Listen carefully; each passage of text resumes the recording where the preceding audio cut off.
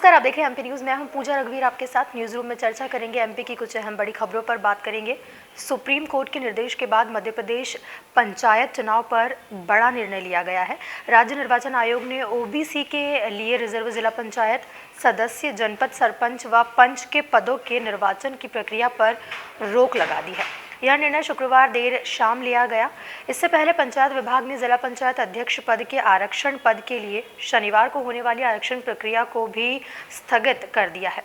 राज्य निर्वाचन आयोग के सचिव बीएस जामोद ने बताया कि सुप्रीम कोर्ट के पारित आदेश के पालन में पंचायतों के निर्वाचन वर्ष 2021-22 के लिए जारी कार्यक्रम के तहत ओबीसी के लिए आरक्षित पंच, सरपंच, जनपद पंचायत एवं जिला पंचायत सदस्य के पदों की निर्वाचन प्रक्रिया स्थगित कर दी गई है। इस संबंध में कार्रवाई के लिए सभी कलेक्टर एवं जिला निर्वाचन अधिकारियों को आदेश जारी कर दिए गए हैं। बता दें कि सुप्रीम कोर्ट ने शुक्रवार को राज्य निर्वाचन आयोग से कहा कि कानून के दायरे में रहकर ही चुनाव करवाए। ओबीसी के लिए निर्धारित सीटों को सामान्य सीटों में तब्दील करने की अधिसूचना जारी करे। जबकि मध्य प्रदेश में पंचायत चुनाव में 13% सीटें पिछड़ा वर्ग ओबीसी के लिए रिजर्व की गई है। अब सुप्रीम कोर्ट के निर्देश का पालन करने के लिए नए सिरे से आरक्षण प्रक्रिया करनी होगी। बता दें कि सीटों का आरक्षण संबंधित क्षेत्र की आबादी के हिसाब से होता है। इसे लेकर चुनाव आयोग ने शनिवार को बैठक भी बुलाई है। बढ़ते हैं अगली खबर पर। मध्य प्रदेश विधानसभा के 5 दिवसीय मानसून सत्र 20 से 24 दिसंबर के चलते विधानसभा भवन या इसके आसपास एक साथ 5 लोग इकट्ठा नहीं हो सकेंगे। जुलूस, रैली, सभा या पुतला दहन जैसे प्रदर्शनों की भी मनाही रहेगी। भोपाल में पुलिस कमिश्नरी सिस्टम लागू होने के बाद पहली बार पुलिस कमिश्नर मकरंद देउस्कर ने यह आदेश जारी किए हैं जो 20 दिसंबर से लागू हो जाएंगे। अब तक भोपाल कलेक्टर ही धारा 144 के तहत प्रतिबंधात्मक आदेश जारी करते रहे हैं। आदेश के अनुसार 20 से 24 दिसंबर के बीच विधानसभा भवन के आसपास विभिन्न संगठनों एवं राजनीतिक दलों द्वारा प्रदर्शन एवं जुलूस प्रतिबंधित रहेंगे। इन आयोजनों में कोई व्यक्ति किसी जुलूस प्रदर्शन में भाग नहीं ले सकेगा और ना ही जुलूस प्रदर्शन का निर्देशन करेगा और ना ही उसमें कोई सभा आयोजित हो सकेगी। रुक करते हैं अगली खबर का।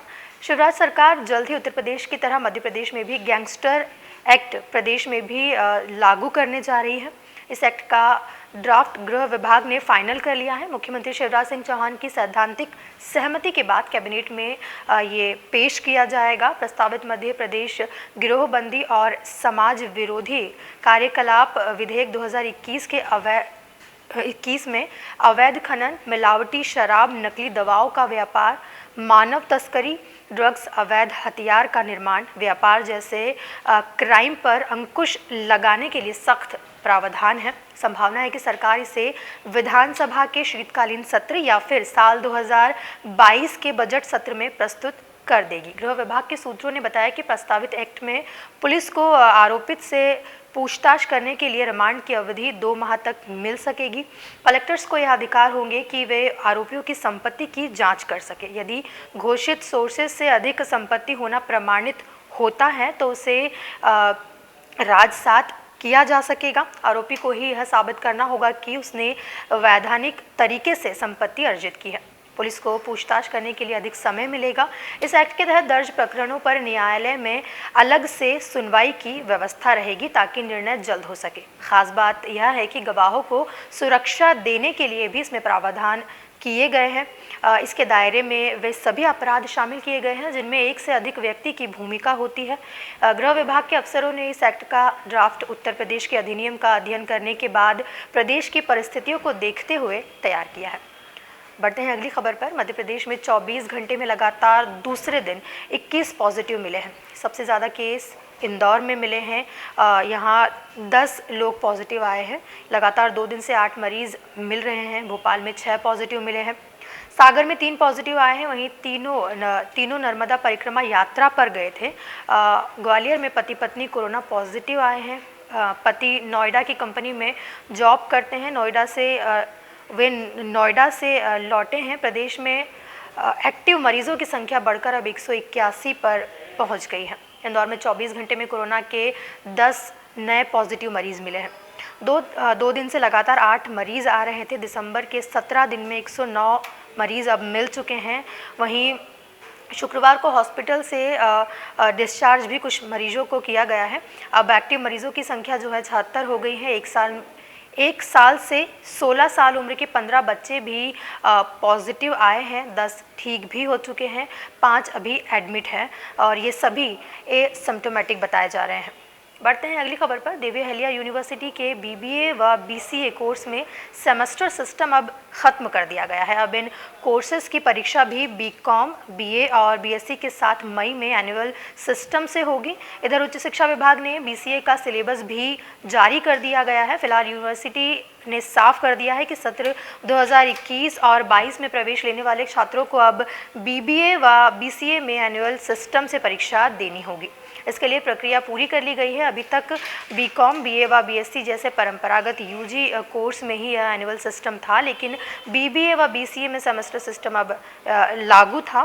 काफ़ी दिनों तक नई एजुकेशन पॉलिसी में इसे लेकर असमंजस की स्थिति थी कि आखिर बीबीए व बीसीए की परीक्षा किस मोड में होगी। अब स्थिति साफ हो गई है। ऐसे में यूनिवर्सिटी ने भी अब तैयारी उसी हिसाब से शुरू कर दी है। परीक्षा नियंत्रक डॉक्टर आशीष तिवारी का कहना है कि हमने बीबीए, बीसीए में एनुअल सिस्टम लागू कर अधिसूचना जारी कर दी है। कॉलेजों की इसकी जानकारी भेज दी है। दोनों कोर्स में कुल मिलाकर 7,000 से ज़्यादा छात्र है। हालांकि सेकेंड ईयर और फाइनल में पुराने वाला सिस्टम जारी रहेगा और उसी के हिसाब से एग्ज़ाम भी होगी। बढ़ते हैं अगली खबर पर। उत्तर भारत में बर्फबारी ने मध्य प्रदेश में ठंड बढ़ा दी है। अगले 24 घंटे में इसका असर नज़र आने लगेगा। शनिवार को ठंड बढ़ सकती है और बढ़ भी गई है। 2 दिन बाद रात का पारा 8 डिग्री सेल्सियस तक आ सकता है। दिन के तापमान में भी गिरावट आएगी। ऐसे में लोगों को दिन और रात में ठंड का एहसास भी होगा। मौसम वैज्ञानिक वेद प्रकाश सिंह ने बताया कि पश्चिमी विक्षोभ का असर खत्म हो जाएगा। इस वजह से अब तापमान में गिरावट आएगी। अगले 2 दिन में मौसम का मिजाज बदलेगा और ठंड बढ़ने की जो है पूरी संभावना बताई जा रही है। क्रिसमस पर इस बार कड़ाके की ठंड रह सकती है, लेकिन नए साल यानी जनवरी के पहले सप्ताह में दिन और रात के पारे चढ़ेंगे। वहीं प्रदेश के 4 प्रमुख शहरों भोपाल, इंदौर, जबलपुर और ग्वालियर में से न्यूनतम तापमान ग्वालियर में सबसे कम 10.4 डिग्री सेल्सियस रिकॉर्ड किया गया है। भोपाल, इंदौर और जबलपुर में रात का पारा 14 डिग्री सेल्सियस से अधिक रहा। वहीं प्रदेश में रात का पारा सबसे ज़्यादा होशंगाबाद में 15.6 डिग्री सेल्सियस रिकॉर्ड किया गया है। भोपाल में सुबह के समय कोहरा भी देखा गया। वहीं दिसंबर में बारिश की संभावना तो नहीं है, लेकिन जनवरी के पहले सप्ताह में हल्की बारिश होने की और हल्की ठंड रह सकती है। ये थी कुछ अहम खबरें। बाकी खबरों के लिए बने रहे एमपी न्यूज़ के साथ। नमस्कार। एमपी की नब्ज, एमपी का हाल, मध्य प्रदेश की हर खबर एमपी न्यूज़ टीवी के साथ। लगातार खबरों के लिए सब्सक्राइब करें हमारा YouTube channel MP news TV. Latest updates के लिए बेल आइकन दबाना जरा भी न भूलें।